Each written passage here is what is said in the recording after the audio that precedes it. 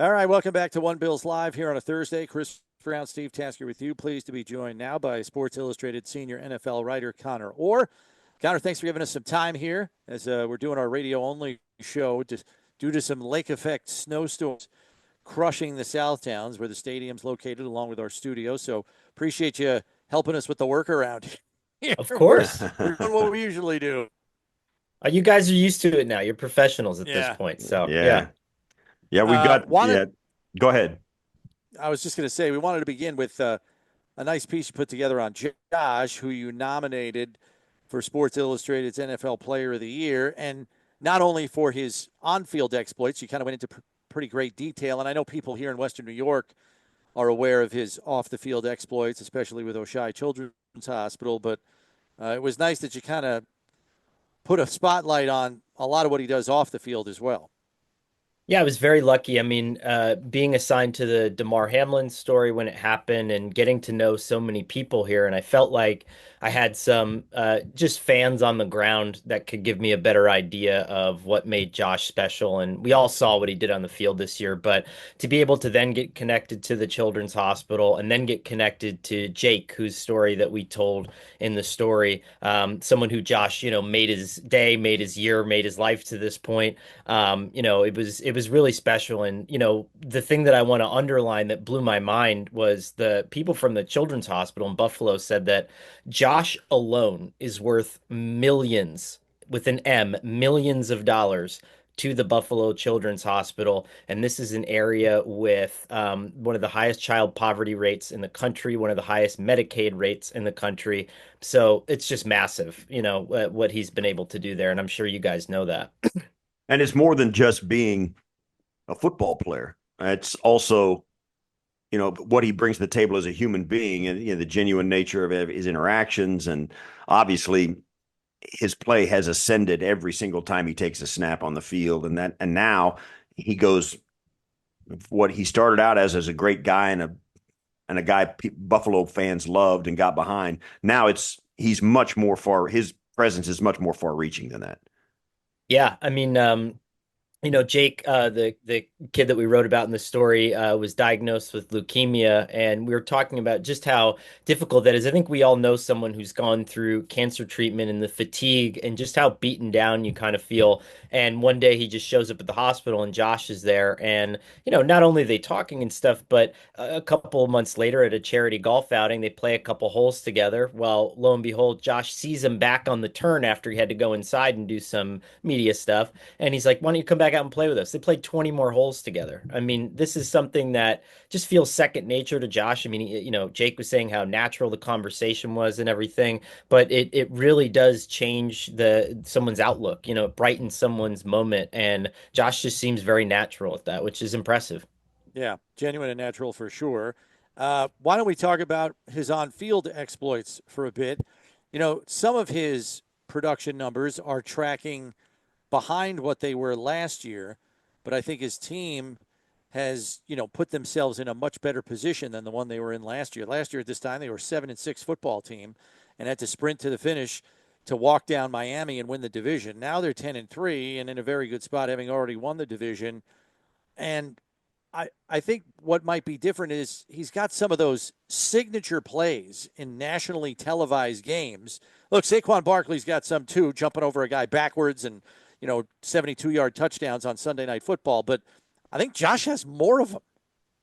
I do too. And it's funny, I was actually looking back at I did a One Bills live back in June where I predicted Josh Allen as an MVP and the Bills to go to the Super Bowl. And you were nice enough to put that in the clip so it ranks on Google. And so I feel very good about that right now. But you're right. I do think that there's signature moments from Josh, but also, what's good about some of the advanced metrics, some of the advanced stats that we have now are it takes into account down, distance, game situation. Like some of the Saquon plays were great, but they occurred maybe when Philadelphia was up by 3 touchdowns or whatever it is.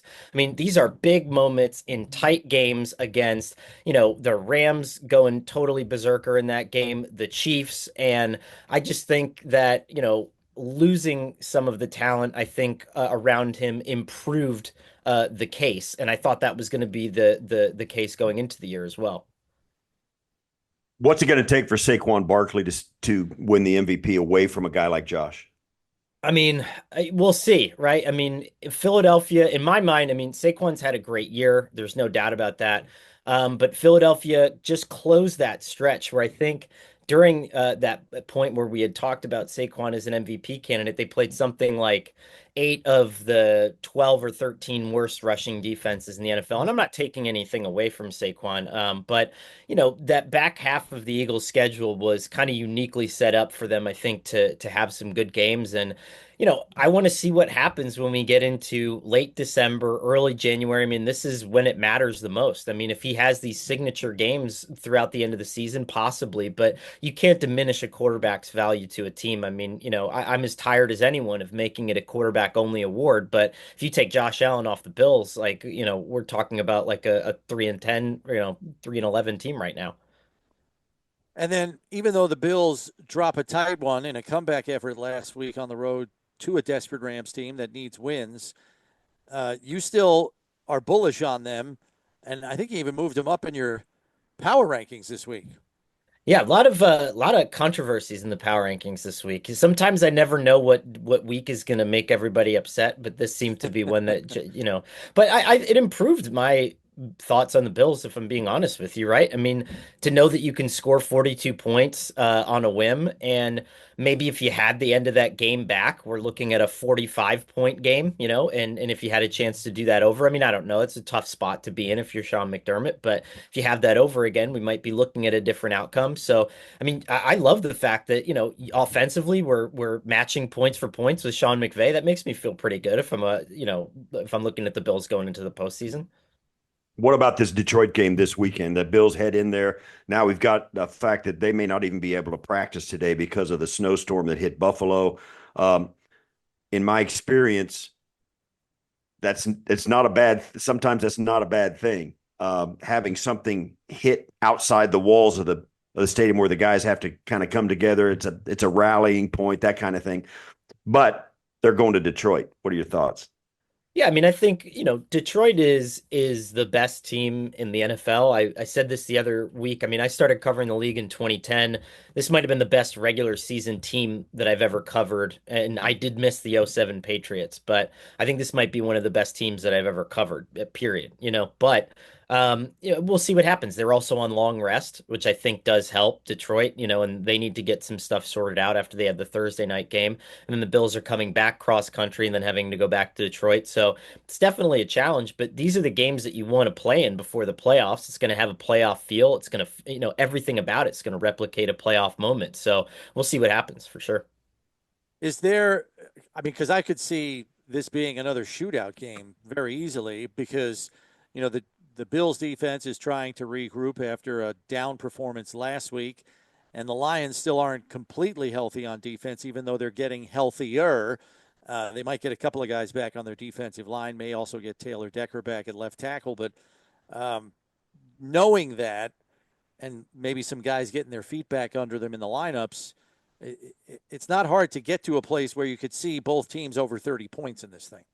No, for sure. And I think the way that Detroit plays defense, I mean, they're daring teams to go downfield on them. And that's what they're saying. Like, take your shots. And if you don't, then we're going to eat you alive. And Josh is one of the very few quarterbacks that's going to say, sure, let's do it. And let's find out. And so I think that it does present a really interesting matchup in that way. But I'll give Aaron Glenn a lot of credit. I mean, we've talked about Ben Johnson being the next head coach, the obvious head coaching candidate. Aaron Glenn's been doing a ton with this, completely remade the way that they play defense, and is doing it week in and week out with a lot of injuries to that unit. So I'm very curious to see how this one plays out. Do you think this Bills defense? What do we see from them last year? It was an absolutely a down performance for them. Is that who they are? Do you think? Is it an aberration? Certainly, they ran into a good Rams offense. I don't think that's who they are. I mean, I think sometimes you go into a game, with a game plan and you're trying to figure something out. And you talk to any coordinator, right? There are some times when you get there on the field and it's 10 minutes into a game on Sunday, and you know that everything that we practiced and everything that we put into place is not what's happening in this game. They're doing something different. They're beating us in a way that we're not prepared for. And there's a million ways to beat a team. And I think that sometimes that's how that lays the groundwork for shootouts. And so if this becomes a pattern, sure. I mean, that's something that you worry about, but especially against Sean McVay, now that they're totally healthy, I look at this as sort of an outlier defensive performance. Flipping it over to the college game, future Hall of Fame coach Bill Belichick jumped over there. Looks like it's going to happen. He sends a 400-page manifesto to the University of North Carolina, and they're like, "Yep, looks good. Let's do it."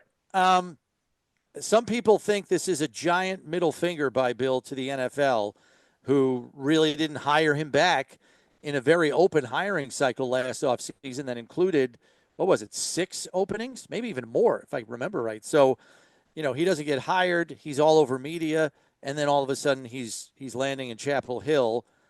How do you see it? Do you see him as spurning the NFL and saying, "Well, I'll just coach in the college ranks," or is there something else afoot there that you think? No, I mean, I think it was probably two-pronged. I mean, I can say for a fact, I mean, I think Bill was interested in NFL jobs in September. I think that he was looking at, examining the market and looking at coming back and coaching the NFL. I think that's 100% true.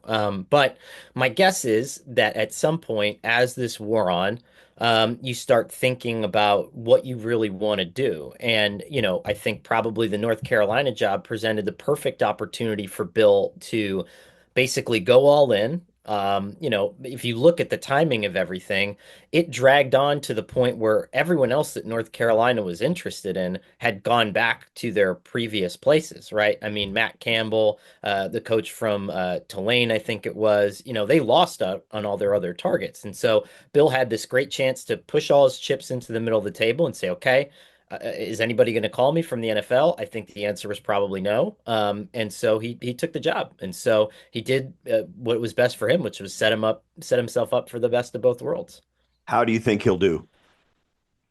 It's a good question. I think that, he loves the technical part of it. And to say that like you need to be this rah-rah guy in college and in order to succeed, I think that's totally false. I mean, I'm a close follower of the Army football program. I live by the Army football program. I take my kids to see their games all the time.